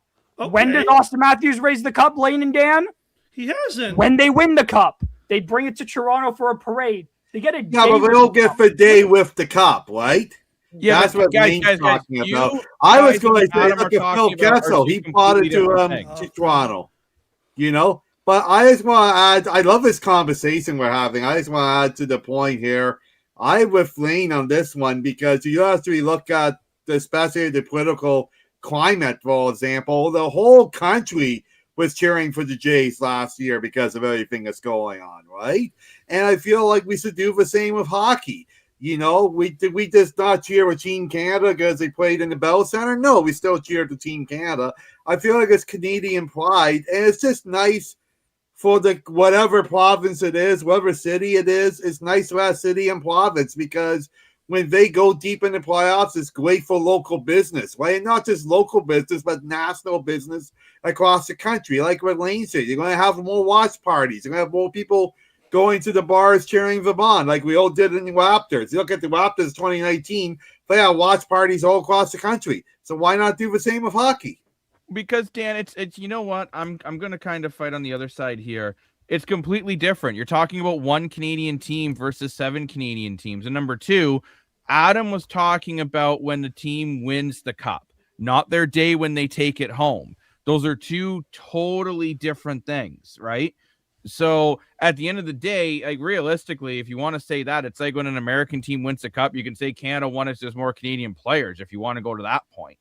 But at the end of the day, personally for me, yeah, you know what? If my team can't win it, I'd rather see a Canadian team win it. But at the same time, I'm not as happy about it as if the Leafs actually somehow remembered that there's hockey when there's golf season. But I do want to move on from this. But again, phenomenal topic. And I just think I think there's a difference between the Stanley Cup parade and then when you take it home to your home city. So, like, I think to kind of criticize Matthews for taking it to Arizona if he wins is kind of a moot point. We're not criticizing. Hold on. I was nice and quiet and patient. So, to criticize that, it's kind of like saying let's say you have a job and your job is in Nunavut, okay? And let's say you work in the community in Nunavut. If you go home for Christmas to spend it with your family and your loved ones, are you a bad person? No, obviously not. So if Austin Matthews hypothetically wins the Stanley Cup in Toronto, which is not going to happen, but let's say hypothetically it does, and he decides to take it to his family and friends in Arizona, I don't get what the big deal is about that. He's taking it to his home city. I don't understand this dilemma. And I'm sorry, but people being like the captain of Toronto needs to be Canadian. Well, we've had Canadian captains, American captains, Swedish captains. Screw it. I think we should get a captain from Ireland. Let's try that. And then when he takes the cup to Ireland, to wherever you do in Ireland, and you can drink Guinness out of it, Leaf fans will still complain about it. But were let's you move on. criticizing Lane Matthews? Or just exactly, you weren't It was criticizing. a joke, bro. You weren't criticizing, just making It a was just point. a joke. The point is, if Austin Matthews wins the cup, he's going to take Arizona. It's not a bad thing. It's just a fact. I love it. The one I love the most that's way off the board was Phil Kessel. Phil Kessel won 3 Stanley Cups. He's from America. He won them in Pittsburgh. He won them in Vegas. Where he took the cup? To Toronto. Yeah, he slapped it in everyone's face, but I love the fact that he uses day with the cup to do that. Dan, where specifically do you know where he specifically brought it and the reason he brought it Sick to Kids Toronto? Hospital, which was great too. No, okay. Yes. Do you know why he brought it to Sick Kids Hospital? Because he's a big supporter of sick kids, which is amazing. Exactly. Yeah. You know, I think he's everyone criticizes Phil Kessel. I think he's a good guy. He didn't bring it. He brought it because the media, as I say constantly, the media is crap. The media is crap here, and that's the reason he brought it back. It has nothing to do. Well, it has a lot to do with the Sick Kids Hospital. Yeah. But Alex Newhook, yeah, I did not know Alex Newhook had this in him. You know, I'll be honest, I was never a huge fan of Alex Newhook. He reminded me of Alexander Kerfoot, kind of like a useless player, right? But he's really I'm sorry, it's just the truth. But he really stepped it up. I give him a lot of respect for that. Wow. And yeah, Crosby has done the same thing with retirement homes as well. Like, it's awesome. Amazing story of Crosby. Yeah. Can do things like that as well. But no, it'll be interesting to see how things go down the stretch, whether we get a Montreal in the finals or Buffalo storms back, or if Vegas pulls the upset of the Millennium It's amazing. and they beat Colorado. I mean, it's absolutely crazy. And yeah, Newhook has. Newhook used to play in Colorado too. Yep. So Newhook won the Stanley Cup in Colorado. So that'll be something I don't think he was there when they won. I don't think he was there. I don't think he was there. No. I think he had already left. He played. He wasn't a full-time roster player. I think he only played 3 or 4 games that playoff. No, I think he left. He was in Colorado. No, but you have to. You don't get your name on the cup if you don't play in the playoffs. Yeah, you do. Darren Wumbo is from Barrie. Darren Wumbo has his cup on the name on. No, I think you have to play in the playoffs, Dan. It doesn't matter. He did. In the regular season. Dan is actually correct here. Newhook did play for Colorado when they won their cup.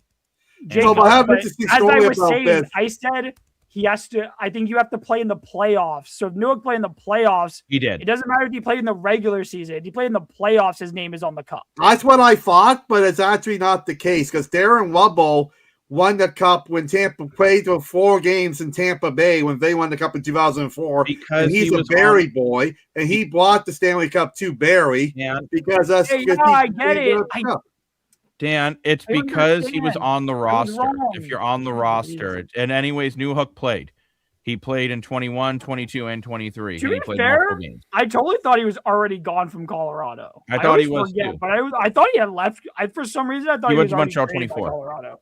Mm-hmm. Yeah, okay. Well, I thought he was traded by Colorado before then, but and Colorado had so many players that year. Oh, I don't even like. I've totally forgot that. Oh my god, who's on Colorado now that played?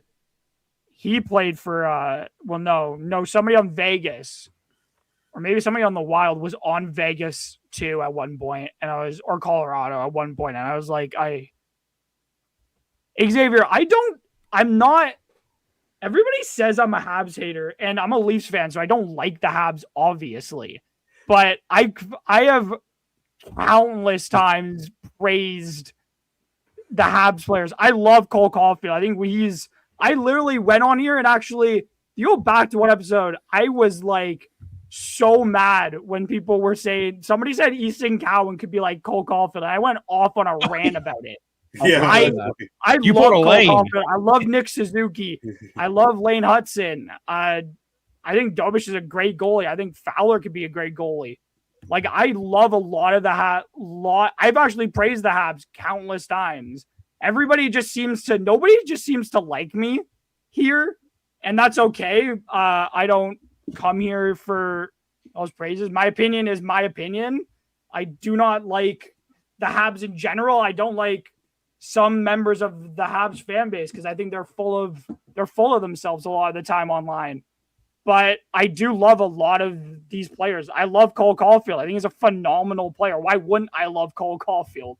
Why wouldn't I love Nick Suzuki, who's one of the I said he was probably top. I think he's the third or fourth best two-way centerman in hockey. I really do. Suzuki, I think he's yeah, that that's fair. good. Yuri Sapkovsky, amazing player. Would I ever cheer for the Habs? No, because I'm a Leafs fan. I don't like the Habs. That's just what I was raised that way. I don't like the Habs. I'm not supposed to like Ottawa. The team that I actually hate is Ottawa. That's how I dislike feel. the That's the one Habs. team I can't cheer for. Hate Subconsciously. sure. I think that sure. I No, don't but like it's interesting what anybody. JP is saying here too, though. You know, we can see Adam's points when he goes to Habs stream. Yeah. Their fans It's the same exaggerate thing how with Leaf good. fans. It's Yeah, the well, same Leaf fans thing- do the exact same It's thing. the same Right? thing with the Leafs fans. Like it's not like, of course, every fan base exaggerates how good their players are. Like it's nothing against some Habs fans, but they do exaggerate their own players because they. Yeah, Ottawa is very easy to hate. Has a lot to do with some of their fans, but like, and I don't like. I like a lot of players on Vegas as well. Do I hate Vegas? Well, I only hate one player on that team. I've liked Vegas since they came into the league. Like, there's just certain teams I just don't like. No, Habs fans are just as bad. Don't lie about that. Habs fans are just as bad. I will Maybe say the no. difference with a Habs fan versus the Leaf fan base is the Leaf fan base is in the arena. The Leaf fan base is so corporate in the lower board of the arena versus you go like Bell Center, that place is nuts. That place is ecstatic, right? And it's really cool to see. And I will say to this comment here, I'm if you always guys- pissed off, if to you be guys fair. watched our for people actually who are always newer, mad, we so. were actually pretty even keel about the Leafs for the most part the whole season. Like Lane and Dan from the start said they did not think this Leaf team was going to be very good. We Like, called from the it. start. Hey, Lane. And It's all right. I was not correct about what I predicted on the Leafs, but I also wasn't Come on, throwing Lane, give me things props. and freaking out. Dow Dan's just punched me in the face. Lane, give me props. There you go. But By the way, when Habs fans are passionate. Yeah, it's very true. Habs fans are extremely passionate. Jacob, when do I Some get to Habs hit your- fans are saying, "Thank you, JP," because for anyone who wasn't here on this stream, I was being ridiculed when I said it Jacob, is crazy to me. you've been ridiculed the last 2 months about this. I know, the because same when I thing, said the like- biggest I still screw it. I'm going to say it again. I still think the biggest question mark going into the next round of Montreal gets there is goaltending because Dobas has been of very course. inconsistent the last 2 games. I Bring me think the hate. they're. I don't But care. Jacob, Bring me the you hate. could say the same thing about I think Buffalo? every team. Like Freddie Anderson has been phenomenal, but that Big can question still mark. be a question mark because he hasn't faced anything as good as what he's about to face. Funny enough, Like, the only there's- team I'd have legitimate confidence in goaltending would actually be Colorado. Because you have 2 number 1 goalies in Colorado. I'm confident if one goalie plays bad, the other one is gonna is gonna pick it up. Like when they were talking today about actually putting Fowler in, I'm like, man, you cannot put Fowler in for his first playoff game being this important after being down. That'd be insane. I really like Dobas. I like him too, Dan. I think there's a misconception of me saying that it's tough to have crazy faith in a rookie. Mm-hmm. Right? Like I still think Montreal, I wish they went and got like a Jake Allen or someone just to kind of stabilize their goaltending with some veteran experience. Kind of like what Buffalo did with Luke Shen. No, he's not the best defenseman in the world, but he just brings in that veteran presence. For sure. I mean, in general, every team is like that with fans. Yeah, very true. What do you guys think of the top 50 list? Oh, good question. I mean, I love Mario Lemieux at number 1. Me too. I think he is by far the best CHL player ever. Yeah. Well, it was not surprising. No, and there was Not nothing on surprising there at that all. really like shocked me. Nothing all that surprising at all. The top 3 was about what was expected. The top 4 was what was probably expected. Not really like Mario Lemieux being the best player to have ever played in the CHL. Not that surprising. Crosby and McDavid being top 4. Not all that surprising. Like the list wasn't really that all that surprising. Like McDavid was ridiculous. He still led the league. I think his last year he led the league in points, and he missed time because he broke his hand, and he went to the World Juniors. Yeah. Like insanity how good Connor McDavid was. Like Sidney Crosby, ridiculous. Lindros being low, yeah, but I think a lot of it has to also do with what you accomplished. And I guess you could say that was the most surprising probably, but the top 4, I don't think is really that crazy debatable, I guess. Kind of depends on what I guess it depends also on your own like personal opinion about what you think these guys have done. But like, yeah, and honestly, McDavid didn't, outside of I don't even think he ever actually won the OHL title in Erie, if I'm not mistaken. I thought he did, but I could be wrong. I don't think he had, because I know the last year he lost to that wagon of a general. We could do this another night about tier list for top 10 playoff players. Great idea. I like it. It's a great idea. We can definitely do that. I'll mark that down in our suggestions. But yeah, here is the top. Far, I guess so far, but so here's your top 10. You have Lemieux at 1, Crosby 2, Gretzky 3, McDavid 4, Bossy 5, Sakic 6, Lindros 7th. I'm not upset with Lindros at 7 when I look at the 6 players higher than him. Yzerman 8, Bork 9, Howard Chuck 10, Niedermeyer 11, Paul Coffey 12, Nathan McKinnon 13, Jerome McGinley 14, John Tavares 15, Patrick Waugh 16, Martin Brodeur 17, Chris Pronger 18, Al McInnes 19. There was a beast, Al McInnes. Yeah. 20, Lon Fontaine, Patty Kane 21, Carey Price 22. Corey Gilmore Perry, Files 23. Corey Perry was a part of one of the greatest London Knights team ever. Marc-Andre Fleury back in the day. Luc Robitaille. Crosby is a good shout for number 1. I think any of the top 4 you could have put number 1, to be fair. Yes. That team, those 4 were just utterly ridiculous in the CHL. I think any of the top 4 you can make a debate for. I mean, even when you start into like these top 40 and top 50, these are all legends. Players. These are all like NHL legends for the most part. Like Patrice Bergeron, 49, Taylor Hall. I'm surprised Rick Nash isn't on the list. Yeah. Where did Rick Nash play? London Knights. Oh. Well, I'm not, because I think there's been other players that crazy. have done You better. got to see LaFontaine back in the day. Wow. Yeah. I think McDavid can still get his cup. I just don't think he'll get in Edmonton unless there's major structure change. Not even so much roster change, but structure. Yeah. And learning that you have to play defense. Gretzky 2. Xavier's agreeing here with Adam. Luongo 37 is crazy. I mean, it's a crazy list, though. Oh, I just looked Mike Fisher. Yeah, he had a phenomenal CHL career. There were so many Mark Steinfeld.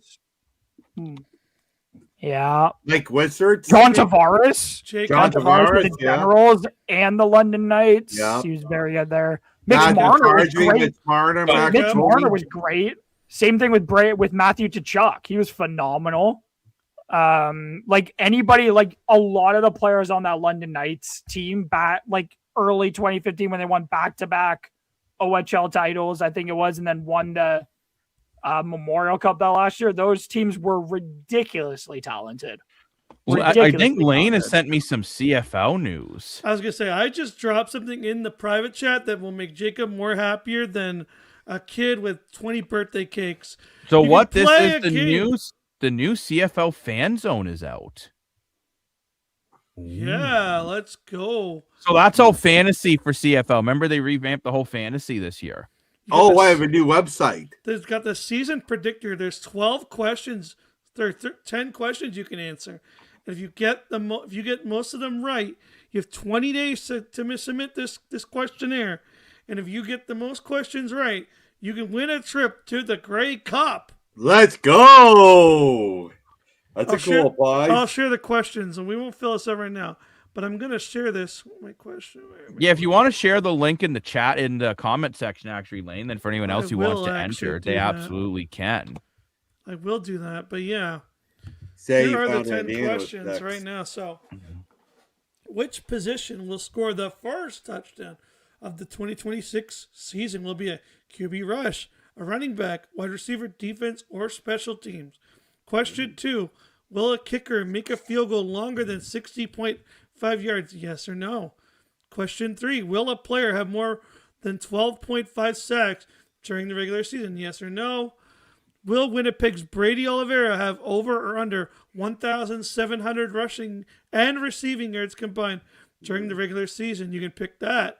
Which quarterback will lead the 2026 season in passing yards? I don't like this question 5 at all. I think they've left a couple guys off there that are going to be pissed off when they look at this. So you may Well, be able to Jacob, see- they can only add so many players. Like they can't I just know, continually but- add a ton of players. I'm so just Jacob might be saying. picking. Jacob might be Other, picking- you could probably, Jacob, if you press other, you could probably put in your own answer. Like it's not like they left them off on purpose. Nope. Others just a Oh, click. you can't. Oh, well, they probably just added them on like We can't have add some everybody. Will any Sabres teams? saying no for 1, no for 2, yes for 3. Yes. 5 is not a yes or no question, Xavier. I guess no would be other. Yeah, I guess. Will any Will team any- score I never 40 see plus a points fan during here. things? Cool. This is actually really cool. This is really neat. I want to win Chickens Great Cup. Will a team finish the regular season with 13 plus wins? Which team will win the Eastern Final? You get to pick. Will it be a Western Division crossover? Which team will win the Western Final? You get to pick all the teams. Which team will win the Great Cup? And if you filled this questionnaire, and I will drop it in the comments. Fill out this You questionnaire. are seeing Lane copy this in the flesh for Yeah, you. copy You know and this is gonna paste, be bro. bad. Uh-oh. You know this is real. So he's going to drop this in the comment section for you. So that way you can follow it and see if you can win tickets to the Grey Cup. And if you do, take me. Yeah. Here's the link. It's But- going to look up. It's a big comment. There's the big comment in here. So if you go into our comment section, Facebook might not be getting it because Facebook is having a lot of lag issues. Do you want me to bring it back up, guys? Like, I can bring it back up. Should I bring it back up, Jacob? Or I would say for anyone who wants to play it themselves, I would just go to the link that Lane posted in the chat, in the comment section here. And then you guys can play for yourself because if you want a chance to win those Grey Cup tickets, and maybe we'll do another show where we go over these ourselves because we still have to do lots of CFL content coming up very, very soon. We're having scrimmage games coming up this weekend for both Hamilton and Toronto. Training camp start this week. Training camp. I know too, if you're looking for content on Hamilton, Tiger Cats, our good friend over at Hamilton Sports Central will have you covered there.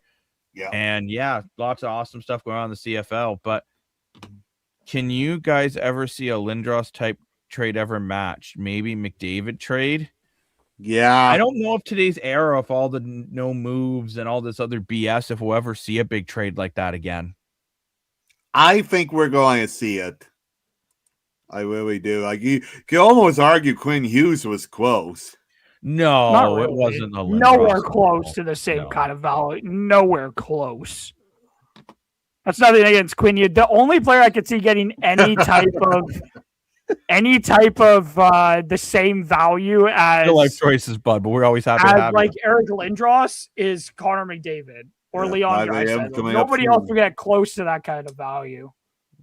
Or there's maybe like a nobody else. Celebrini. Maybe. But Kale Celebrini would Kaprizov. never get traded anyways. So But on that bombshell, I think it's time that we wrap up the show for the evening. To our Facebook viewers, apologies for the issues. Hopefully Facebook has this resolved.